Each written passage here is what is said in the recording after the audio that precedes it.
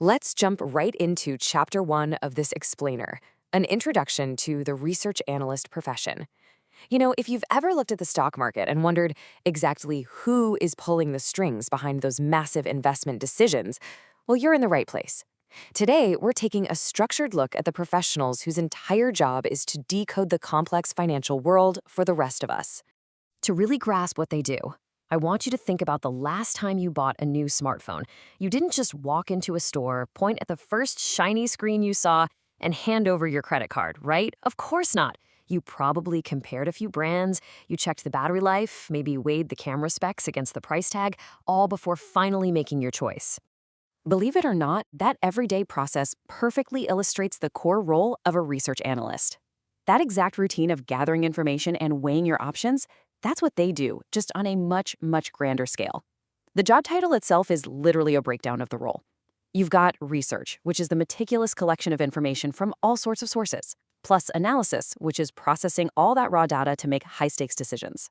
They do the heavy lifting so their clients can invest with total confidence. So here is our roadmap for today's explainer. We'll be covering 1. The research analyst role. 2. 3 types of analysts. 3. Core analyst responsibilities. 4. Principles of company interaction.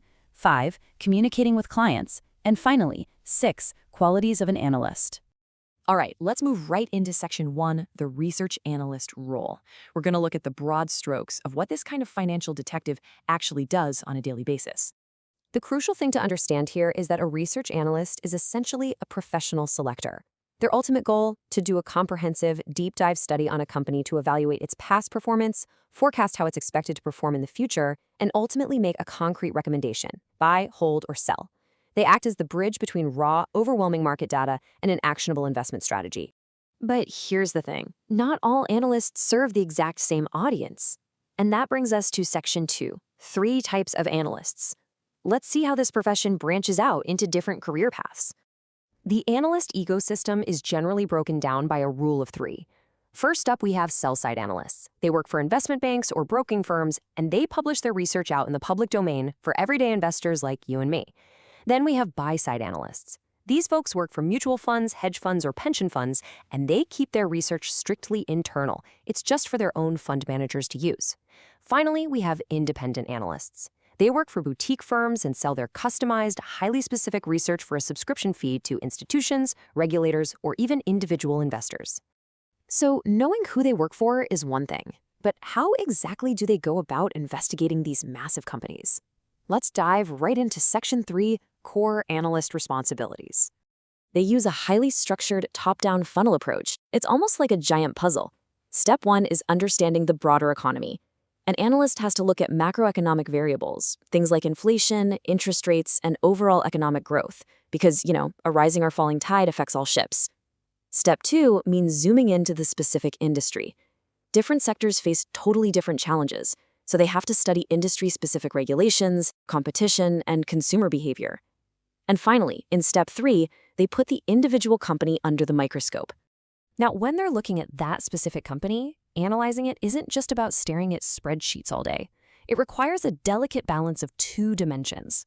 On one hand, you have quantitative factors. These are your hard numbers: revenues, costs, profitability, financial risks. But on the other hand, you have qualitative factors. These are the absolutely crucial intangibles. We're talking about the capability of the management team, the sheer power of the brand, and the work ethics within the company. An analyst really has to master both to see the true picture. To get those vital qualitative insights, an analyst actually has to step out and interview the company's management. They act very much like investigative journalists here.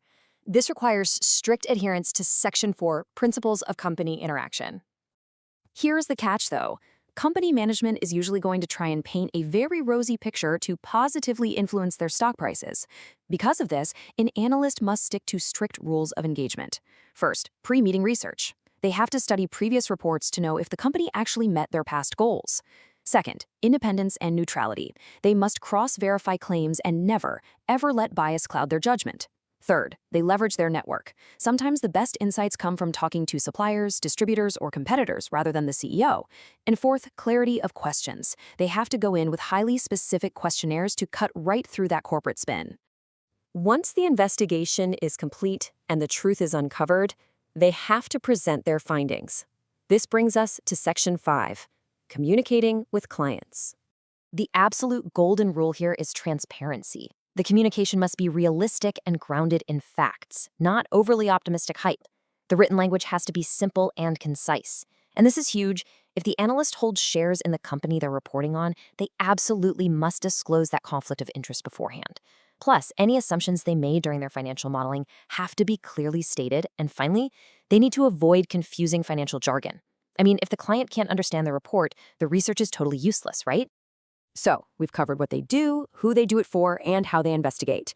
Let's move to our final stop, Section 6, Qualities of an Analyst, and see how these responsibilities shape the DNA of a successful professional.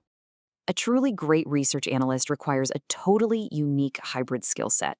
On the hard skills side, they need a high degree of comfort with numbers in Excel to model out future earnings, and they have to effortlessly read complex financial statements. But simultaneously, they need the soft skills, the relentless curiosity to interrogate management, incredible attention to detail so absolutely nothing slips through the cracks, and rock-solid written and verbal communication skills to explain it all to a client. So, take a moment and ask yourself, do you possess this unique blend of mathematical comfort, relentless curiosity, and clear communication? It's a highly demanding role that fundamentally shapes the financial markets. It requires strict ethics, incredible precision, and a deeply inquiring mind. So, I'll leave you with this final thought as we wrap up today's explainer. Do you have the numbers, the nerve, and the discipline to look behind the corporate curtain and uncover the truth?